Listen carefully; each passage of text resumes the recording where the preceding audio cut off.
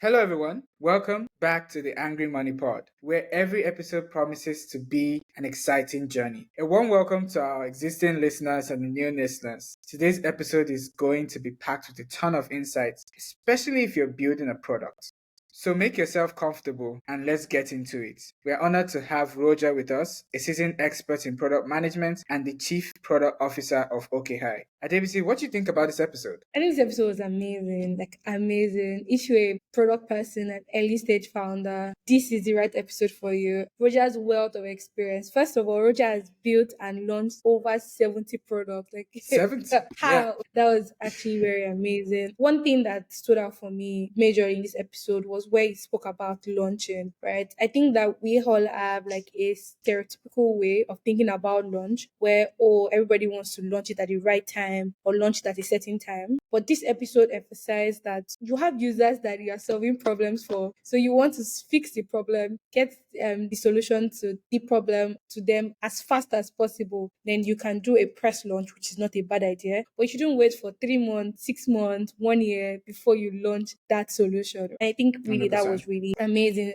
Do you know what? I don't want to give you all the juice. You need to listen to this episode, and I can't wait for everything I can't wait for the insights and the comments that will come from this post. If you enjoyed this episode, please follow, like, and share. This allows us to get more amazing guests and just keep going. So let's dive in.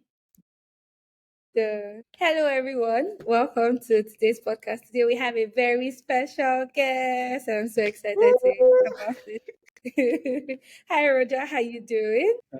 Fantastic. You sound like it already. I'm feeling the energy and I can't really wait. Hi Ode, how are you doing? I'm doing well. I'm very excited to talk to Roger. Yes, We've been eyeing Roger for a so very Roger, the long first time, thing is so it's really nice to see yes, you. actually, like I remember when I told you, yes, I Yes. can remember when I told you about it. And like, yes, and I'm like, oh, Roger said yes. I'm like, yay! So thank you so much. Thank you so much. Thank you so much. So the first thing is we'd like to know you, meet you, and let the audience also know you. So we have two sets of introduction. The first one is for you to introduce yourself without mentioning anything about work. Then the second one is to introduce yourself with mentioning something about work. So let's start with the non-formal or work-related introduction.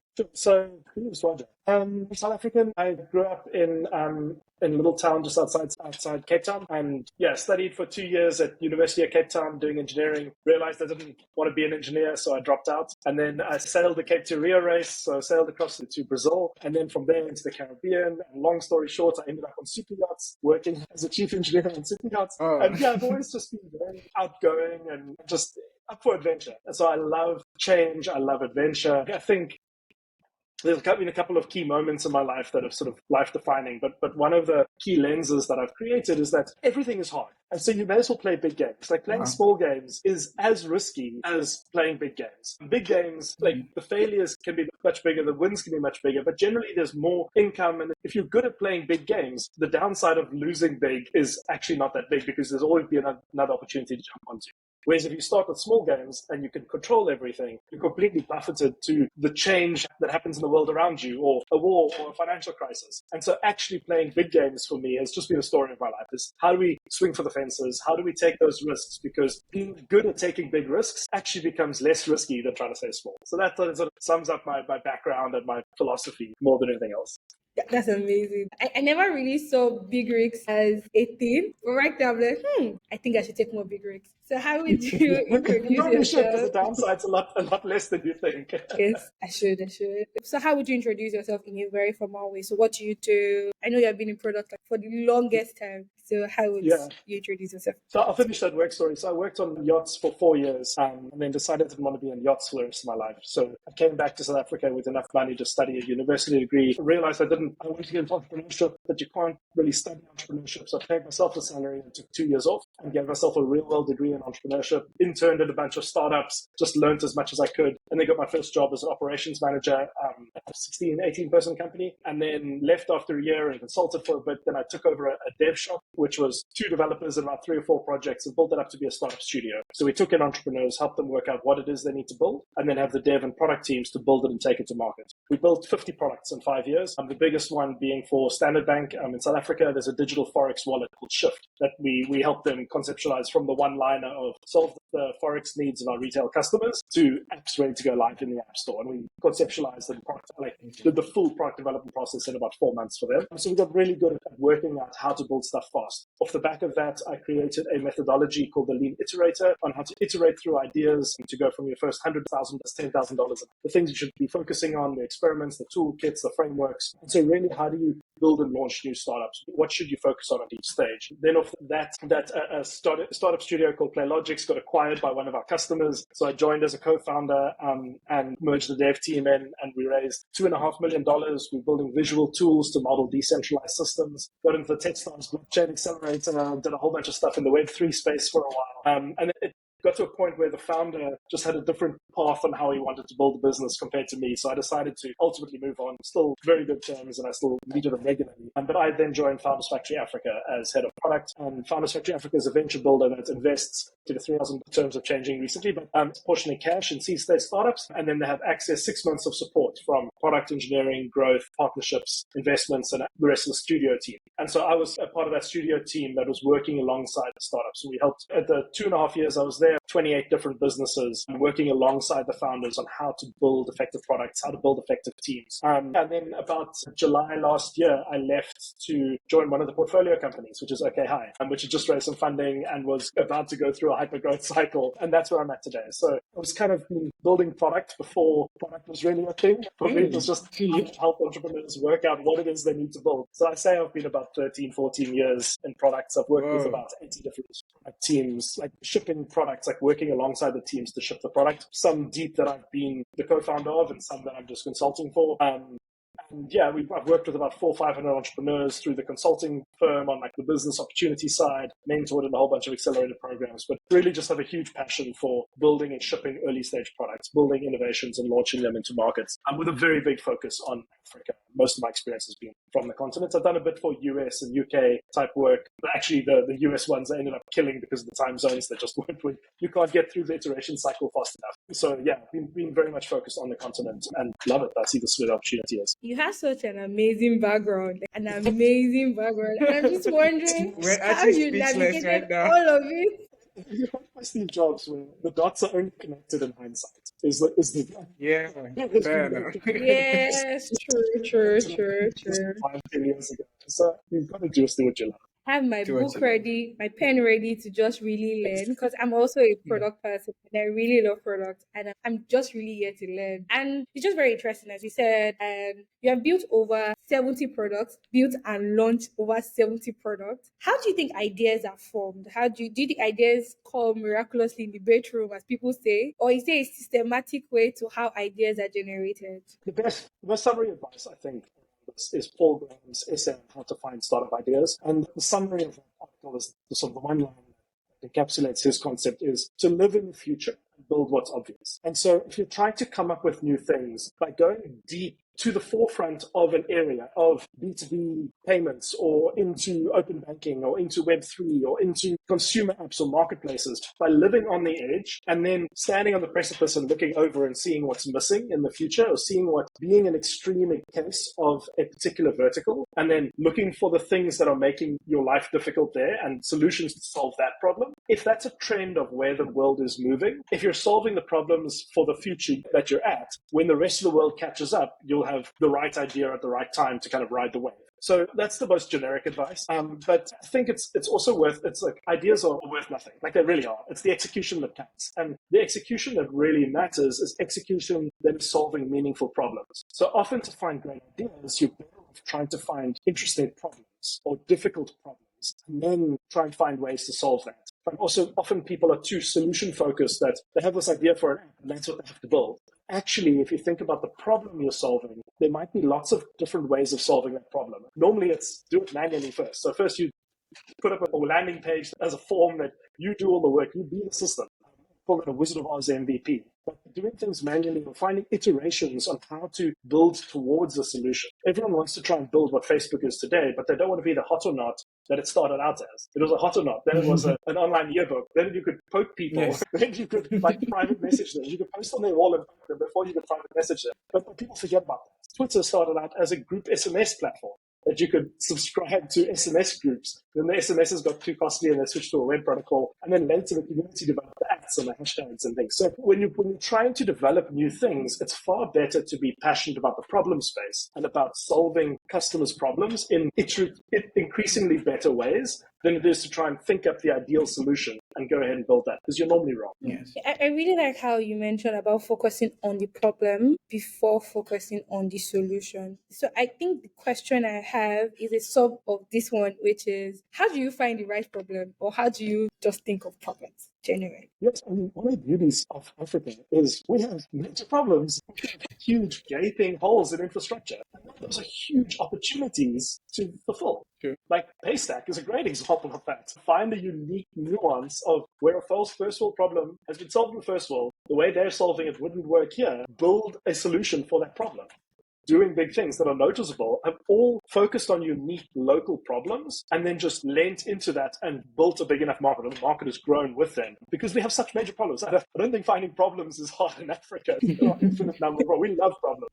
But the thing is to be tied to solving those problems, not a solution to those problems. And then there's a subtle distinction, the iterative nature of how you go about solving those problems instead of a one-off of trying to come with a hammer and say, this is the solution. That's actually very interesting and very insightful. So my next question would now be, how do you know what problem, like now you have found the problem or you have a list of problems to solve, how do you validate and say, oh, this is the one that I should solve, this is one that will generate more money, or this is the one that will create more impact, or this is the one that would just be more impactful generally? So how do you decide what problem to commit to solving? So I'll zoom out a little bit. With any kind of new business or startup or new adventure you want to build, there's a set of questions that you need to answer. There's a famous startup graph of the valuation of a startup goes up at the same rate in which you reduce the risks. So if you reduce the biggest risks first, those are the things you need to focus on. And so finding things that have big risks that haven't been solved yet, those are the ones to solve first. And the biggest risk is always, do people have this problem? And how do I find data to validate that? And then if there is a problem, could there be a solution to it? Like, can I build a prototype or can I get some kind of evidence to show that there'll be a solution to that problem? And once there's a potential solution, it's, can I build the solution? If I can build it, will people use it? If they'll use it, will they pay? If they pay, will they pay enough to make it a viable business? All of those are just removing different sized risks out of an opportunity space. And so when you think about like testing problems, often you don't know those things until you run through to actually validate and collect the data to each of those questions. And some way you'll reach a point going, hold on, we're never going to be able to charge enough for this. But often you'll get through that and say, we'll never get enough in this way, but actually if we load an ad model into it, or actually this data we're generating unlocks a new revenue. So you can often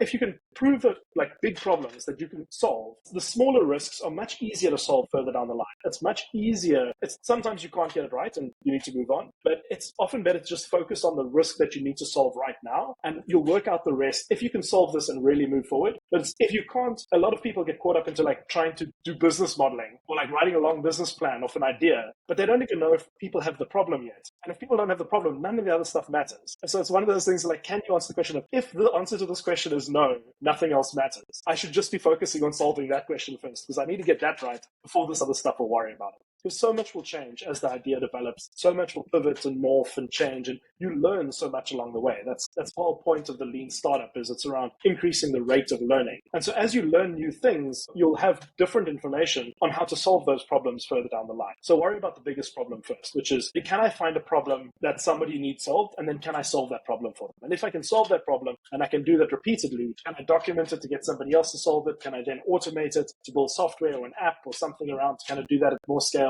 And can you iteratively like move down that sort of order of risks? And as you do that, you're starting to build something more and more valuable. And that's where the valuation of your startup is going to increase. But the only way to increase the value of a startup is to remove the risk. To remove the risks. That's nice.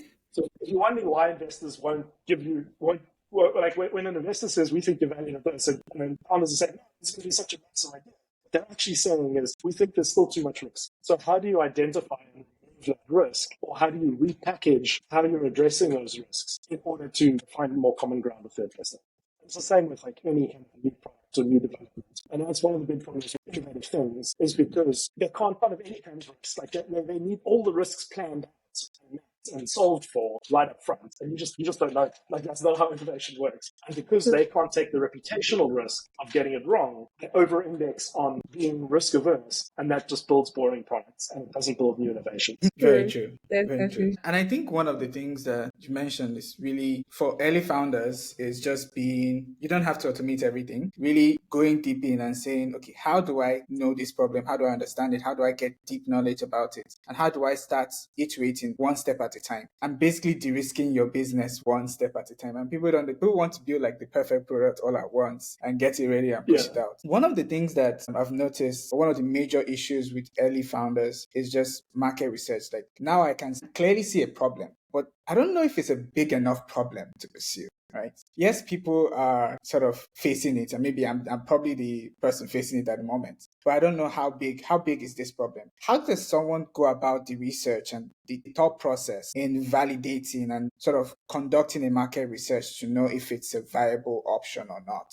Right. So yes, I understand the problem, but who are the customers? How do I validate that these are the customers, and how do I validate that this is a big enough problem for me to pursue going forward? Yeah. So I think most of the advice is to first find 10 customers. Instead of trying to work out, are there 10 million customers here? First find 10 customers. And what generally happens, specifically when you're building something new, is you go chat to those 10 people and 5 of them will say, yes, we have that problem. And for those 5, you say, well, can I solve that problem for you? And in solving that problem, you will learn so much more than you ever realized. And you'll realize that if you try and do market research upfront, often there's a whole bunch of assumptions of what the product will be, how people will use it, how they'll pay, what that looks like. And for most innovative, disruptive, like cutting edge, industry changing products, you can't linearly project. Like no one would have projected how big Facebook would have been before that build. Even when they were hot or not, or would do the online yearbooks, even that they couldn't project forward, like how big it would be. Or you look at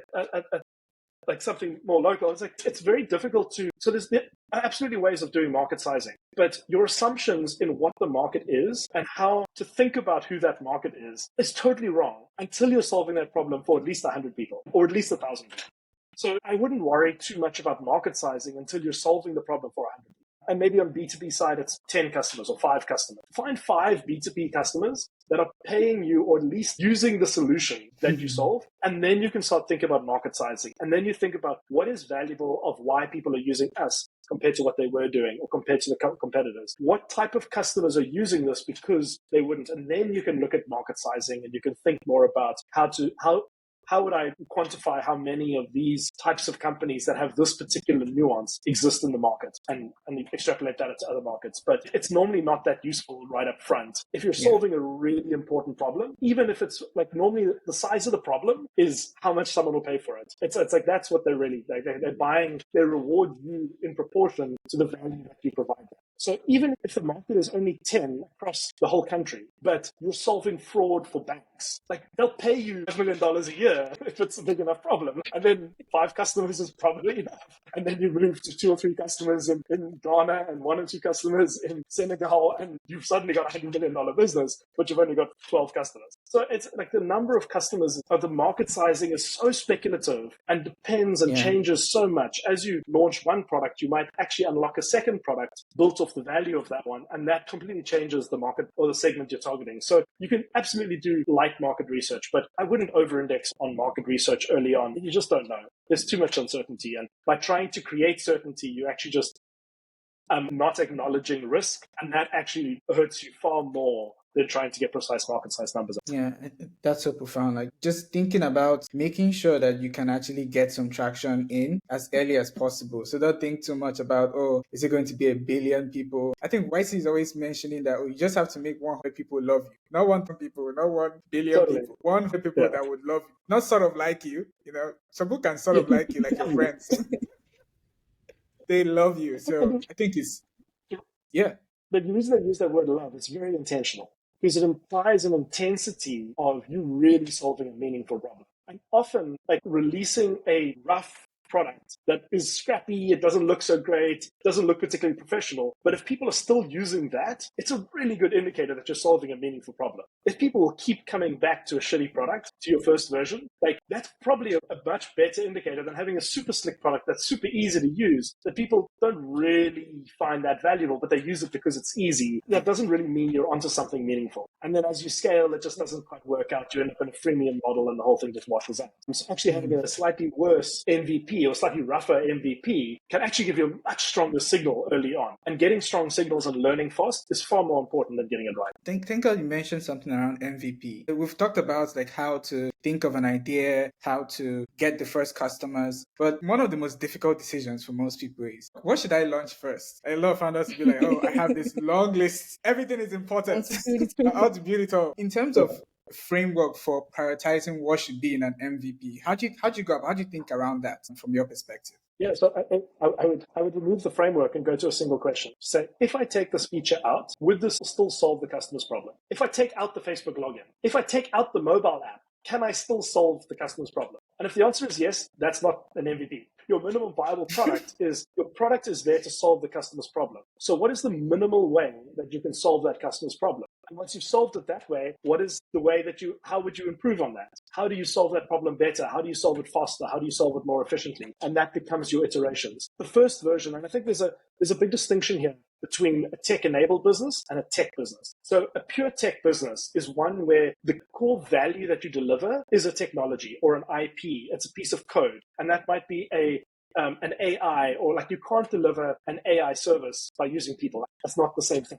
You can't do like if there's some kind of unique IP that you need to generate around that, that's a pure technology business. And there, often your MVP is a lot more meaty because you have to build the basic version of the system in order to actually deliver the value. For any business where the core value that the person gets is a service or a product, like an e-commerce store or a marketplace or anything like that, you can deliver that manually. Have a website, have somebody phone you, you can find the suppliers, you ship it, you can deliver value without any kind of technology. And so there's a huge distinction between a tech business and a tech-enabled business. And tech-enabled businesses, the MVP can be a very thin slice, normally done completely manually or through contractors or a team of people executing it in a way that doesn't make sense and doesn't scale, but it solves the problem. And that's your MVP. For a tech business, often you need to spend a bit more on actually building something technological in order to deliver the value. You can't deliver the value without that technology. And so the advice in those two cases would be slightly different as to what constitutes an MVP. But ultimately, the measure is, can I solve the problem that I'm solving without this? And if I can, it shouldn't be in the MVP. Yeah, so founders, like if you can remove that little Facebook login, don't worry. If it works, it works for your customers. Probably remove your profile page. You can probably remove you don't need pictures. Search. You can remove filters.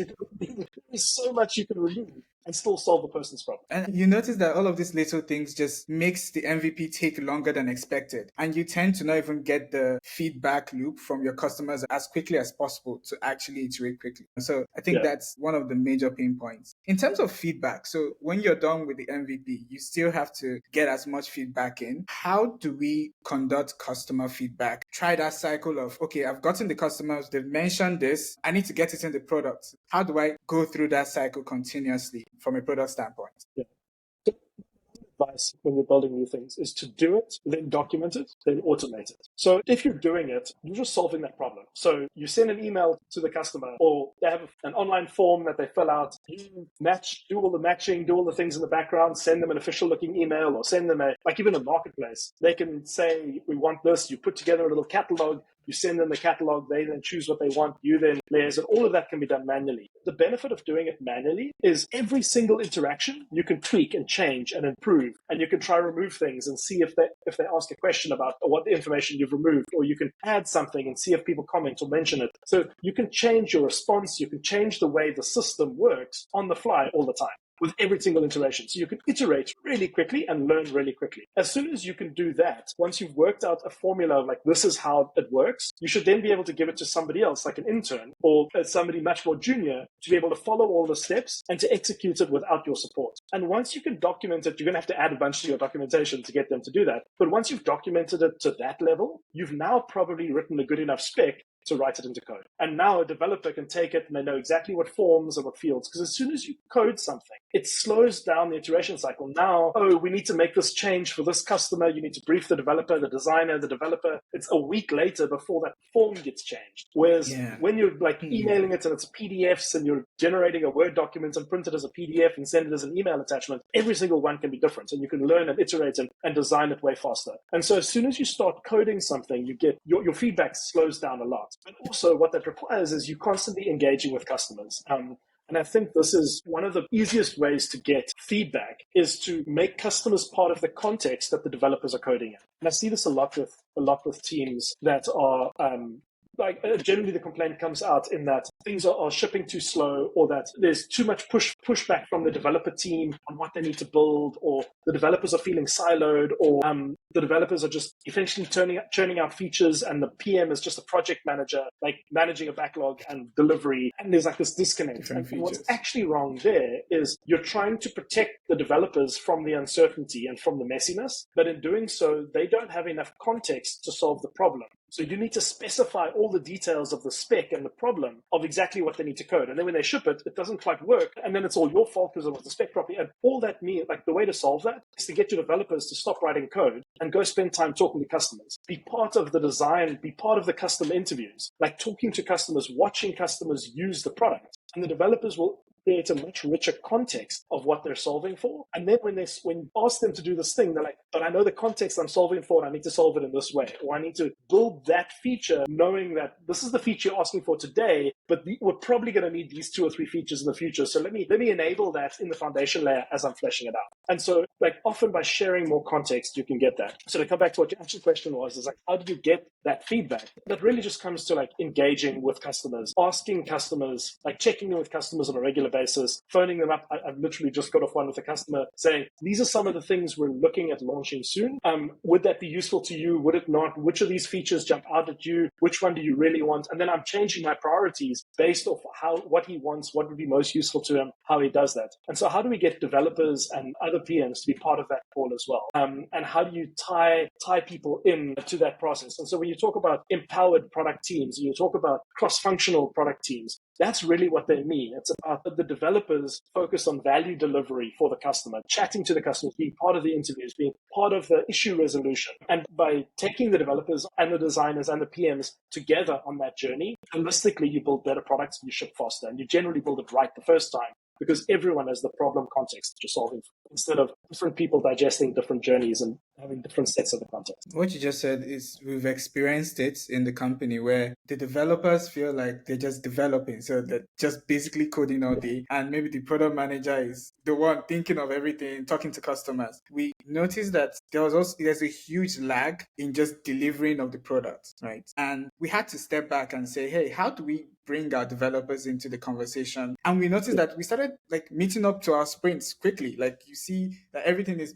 done in a very swift way. So I can see the practicality of what you just mentioned now in the business, where, guys, your developers shouldn't just be coding. Like, they should be part of the process. We're talking to your customers. They should know how is revenue generated. It's a very simple question. Oh, how do we make money? They could think of ways to even make more money, even realize. So I think that is really important. Now you've done the MVP, you've spoken to customers, you're currently iterating. You've done this for a year, 2 years, right? You don't get that, startups, we have to fly, right? And at that point, you're probably thinking to yourself, maybe I should pivot. Maybe I should try something else within this business, right? Maybe there's this new AI thing is making sense now. I should really go into AI. Put it on the blockchain. Put it on the blockchain.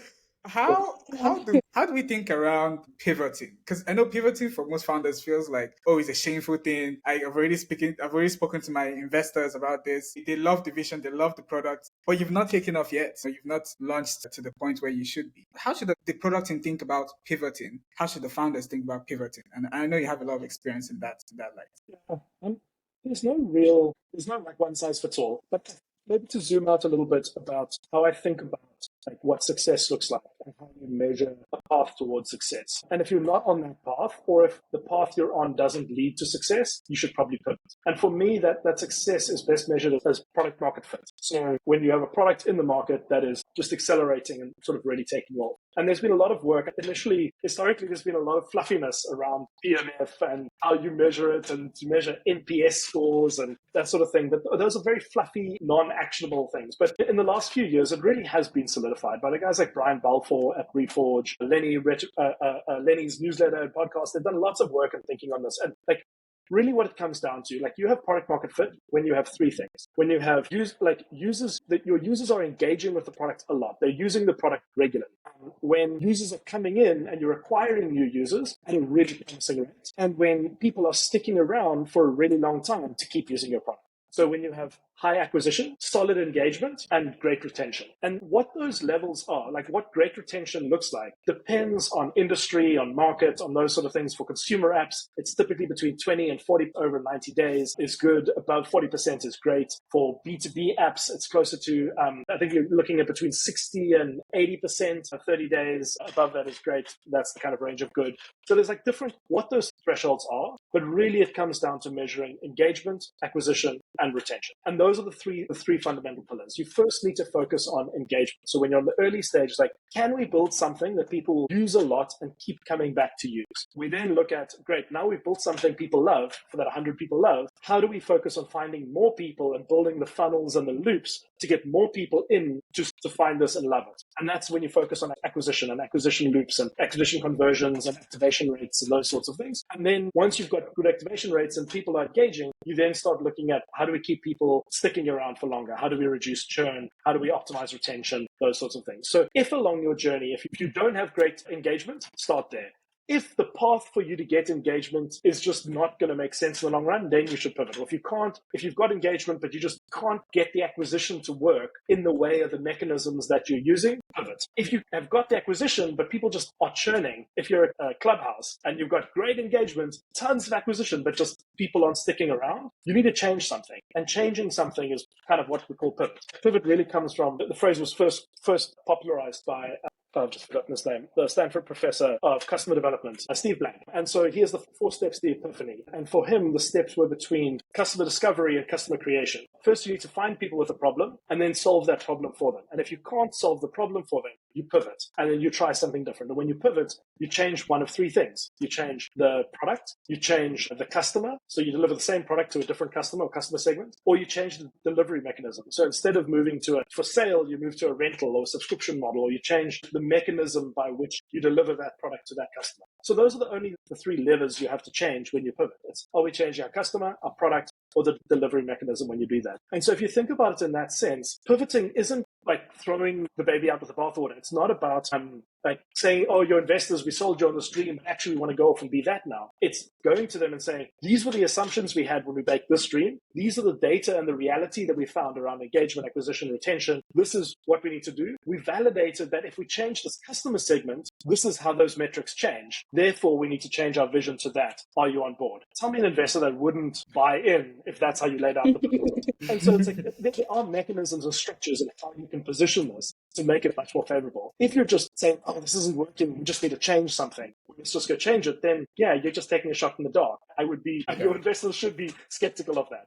But if you're coming with data and research and frameworks, and this is what we found, this is why we need to go that path, because these are the risks we've identified that we can't remove. By changing this, we can remove those risks. That's what investors want. They want de-risked opportunities that are going to make them money. I really like how you broke that down, because it just really shows that building the right product is not just sitting in front of your computer and coding. It has like it has absolutely insight, and you will just be working on a blind road if you don't have insight, or if you don't have like sit down and think through the process, or even just like really get going. So it's almost like don't overthink it, get started. Now when you get started, use this data to just keep moving on and making really right decisions. And I think the question that pops to my mind now is, how do you, is there a way or a system or a strategy or a list of things you need to do when you want to launch, right? A lot of times I've heard, oh, this is a wrong way to launch, this is a right. Is there really a right or wrong way to launch? Like how would you say about the launch process? Yeah, I have a slightly controversial view of this in that I don't think you should launch. I don't think there should be a time when you are not delivering your service and all of a sudden you're delivering your service to a large number of people. I think if you're waiting for some kind of moment to get all these users, you're probably doing something wrong. You're probably waiting too long. You can start valuing, you should be shipping a solution to customers as soon as you can solve their problem. And so if you've got 5 customers and you can solve their problem, start solving their problem. Don't not solve those 5 customers' problem because, we're going to launch in 3 months' time. And then those 5 customers sit there for 3 months, you get 0 feedback, you carry on building features that you think are valuable, but no one's using the product, you're not solving the problem. So I don't believe in big splashy launches. I absolutely believe in doing a media launch versus doing a subtle launch. I think I was listening to a podcast just yesterday where they were talking about Shopify launches 20 to 30 times a day. They're shipping new products and new features. Their media launches happen once every 3 months. So they're big splashy media launches with their newsletters, but by the time they do that, those features have all been in the wild. They've all been thoroughly tested. Real people have been using them. And they use feature flags to turn it on and turn it off. But everything that they announce in the media launch, and Airbnb does this too, most of those things have been live with live users for months before they get there. And so this whole idea of a launch, for me, is a media launch is one thing. You shouldn't be holding back features or solutions for your customers just because you want to make a splash about it. You can still make the splash, but release it to the customers now. Learn faster, fix the problem. So when you make the splash, it is the right problem. And you're already on version 3 or 4 of the solution instead of trying to launch version 1, which is probably going to be a better off. Mm-hmm. That's actually really, really. I had 3 questions under the launch and you answered every single thing in a stretch. And I'm just okay, that's Shopify is really doing a lot. I didn't know it was that much. So I think the question I have is, I've read your article on technical founders or technical PMs rather don't need to code. So my question is, and this is maybe for a founder that has 0 technical skill, can't code, how do you even build a product? Where do you start from? Do you need to hire? Do you not need to hire? How do you really build a product for a non-technical founder? Once again, I think it depends. You need to be honest with yourself, and I don't think most founders are. Are you a tech-enabled business or are you a tech business? You can't launch a pure tech business without a technical founder because you can't deliver any value without writing the code. And if you're a pure tech business, you shouldn't be outsourcing your core IP because the knowledge and the ideas on how to solve that problem, the learning that you have on how to solve that sits in somebody else's company, not in yours. And this comes from somebody who had a startup studio that helped founders build ideas. So that's one of the biggest mistakes I think people make is if you're a pure tech business, you have to have a technical co-founder. You can't, it's not a business until you have. If you're a tech-enabled business, there are plenty of ways of delivering the problem without technology. That adding layers of technology and automation helps you reach scale and efficiency, but it's not about fundamentally solving the problem. So not being that technical in a tech-enabled business shouldn't really be a barrier. You should just start solving the problem in whatever way you know you can. And the easiest way to find developers is to say, hey, I've already got 10 customers that I'm doing this for manually. Can you help me automate it and they'll pay us double? Okay, we can find the next 100 customers. That's a really compelling way to get a developer. If a developer's looking at joining an early stage business and the one has 10 customers that he's hacking together already, and the other one is I've got this fantastical idea, which one is going to be better for the developer to join? It's the one that's already shipping. And so, so when you're finding co-founding teams, I think it depends on the type of business. I think at the same time, if there is a technical component to it, if you're trying to launch a marketplace business, you don't understand the core mechanics behind the marketplace. There are some fundamental things around take rates, around supply and demand curves, around economic structures. You need to have a base level understanding of that. If you don't have that, go research that before you launch a marketplace business.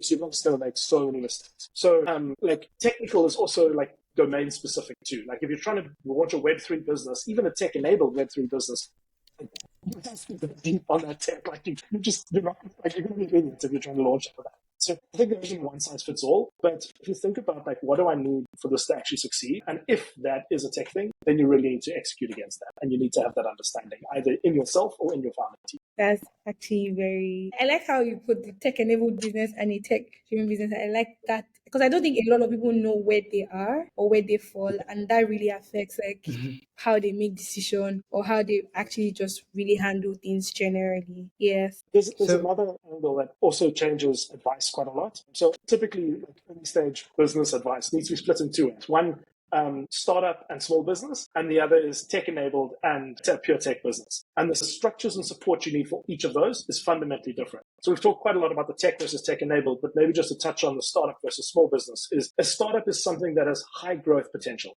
high growth, high scale potential, and you optimize for growth at all costs. You'll sacrifice anything to be able to grow as quickly as possible because the business only works at scale. A small business is something that becomes a medium business that can become a large business. It's how most businesses get built. But there, you're optimizing for stability. You're optimizing for self-sufficiency, and you don't want to overextend. And so if you're applying to a venture capital, like the types of investment you take, you probably want to take debt capital or loan financing if you're a small business, but you don't want to do that if you're a startup.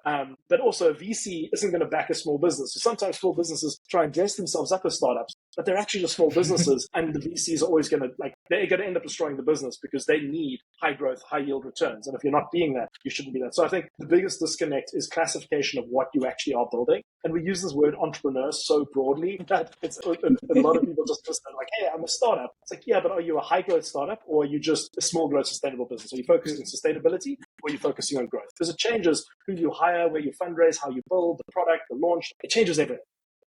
In the same way that being a tech or non-tech business actually changes fundamentally the DNA of what you promise. So this reminds me of a conversation I had with my founders earlier on, and we asked ourselves, what kind of company do we want to build? Like, do we want to build a $1 billion company, or do we want to build a $1 million company and we'll all be fine? Like every year we just generate $1 million and share. Okay, that's good. So I think it's important to really highlight the differences in what kind of company you want to build. A small business can absolutely become a medium business and can become a large business. It's not that a small business can't become a $100 million business. It's just you'll become a $100 million business over 20, 30 years. That's how most businesses are built. 99% of businesses are built that way. A startup will try and be a $100 million business in 7 to 10 years. And that's the difference. It's the rate of scale. It's not about how big it might get, but the philosophy and the mentality you take towards building a high growth business versus a stable business or more traditional business is very different. The advice you need to give to different types of businesses is very different. Yeah, I think that's actually true. I really liked how you put that because to be very honest, I had that in my mind with okay, how would that work and like the timeline or the duration around it. Yeah, I think that thank you for that. Thank you for that. So, we're going to the last section. This is just the light up section where we just ask really chilled questions to just get to know you. I'm really excited. So I think the first question is about a song. So a music, your favorite all-time music that will most likely describe you. So we're creating a Spotify playlist and we're adding it. So what music best describe you? Or you go I'm to probably very anytime. different to your typical audience member. The music that resonates the most with me is sort of like hardcore punk rock in that space. Like Linkin Park, Billy Talent, so that's the sort of stuff that I'm listening to. And I think it meets the chaosness of my current world. Finding rhythm in the chaos is sort of what sums it up. Yeah, that would be the music that probably represents you. That I listen to the most at the moment. Represents my current headspace. Okay, so if you want to give a specific one that is like your all time, that if you listen to it, you just oh yeah. Linkin Park Numb or Billy Talent Falling. That's interesting. Okay, that's really nice. So also like what's your favorite book? Do you read very well? What kind of books do you read? What's like your favorite genre? Yeah, so I spend so much time reading stuff online. I spend my whole day reading, so I actually don't read much at all. I've recently tried to get through Empowered. It's the last one by Marty Kagan, but I'm so tired of reading by the end of the day. I just don't get to it. So I sometimes read some fancy novels or things over the holidays. The last one I read was The Three-Body Problem by Cincinnati. And that book is like created some fundamental philosophical questions that have stuck with me longer than almost any other book around humanity, around values, around core concepts, around how we think about just questioning the typical tropes of how we think about the future and how we think about space and cosmic civilizations. It really, really changed. That's really cool. That's really cool. So the final one would be, if you're not working, what are you doing? At the moment, looking after a toddler, playing games, dressing dollies, and making food in the toy kitchen. Otherwise, lying on watching YouTube or playing iPad. How it's That's really cool. That's really cool. Thank you so much. Thank you so much for this. This was so insightful.